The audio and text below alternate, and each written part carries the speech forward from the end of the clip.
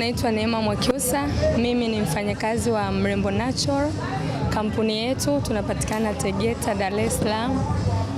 Kwenye kampuni yetu sisi tunafanya kazi na watu wa Forant ambao wao wamekuwa kama ni taasisi ambayo inatusapoti sisi kama wafanyabiashara ambao tunatumia misitu.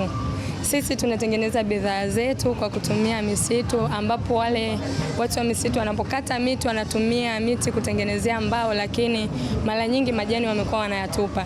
Sisi yale majani ndio ambayo tunayachukua, tunapeleka kiwandani kwetu na kuyachakata. Wito wangu kwa Watanzania ambao wameshiriki katika maonyesho haya ya Sabasaba, ninawakaribisha sana waweze kutembelea banda letu kwa sababu ni bidhaa natural zote ambazo sisi tunawauzia watu ambao wanatengeneza mafuta, dawa za asili, lakini hazina kemikali. Kwa hiyo ni ombi langu kuwakaribisha wakatembelea kwenye banda letu wakapata elimu zaidi, lakini pia ninawakaribisha katika kiwanda chetu waje wajifunze mambo mengi mazuri zaidi kuhusiana na bidhaa natural.